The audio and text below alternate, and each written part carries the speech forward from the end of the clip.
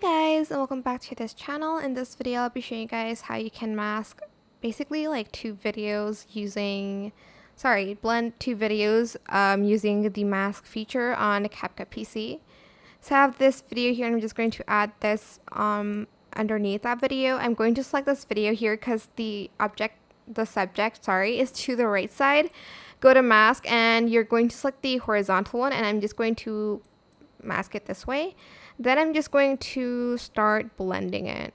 Now, if you'd like to be a little bit more extra, just copy and paste this, delete the mask, go to cutout and select auto cutout so that I can blend just the background, and I'll leave this clean here. So go to the mask section and you can just feather that out without the subject being masks as well. And that is it. I hope this tutorial was helpful for you guys. Don't forget to like, comment, share. Also subscribe to this channel if you haven't done that already. If you have any more questions, just leave it in the comment section down below. I will try my best to answer them all for you guys. And if you found this video helpful, please click the thanks button above the description box down below. Thank you so much for watching. Bye!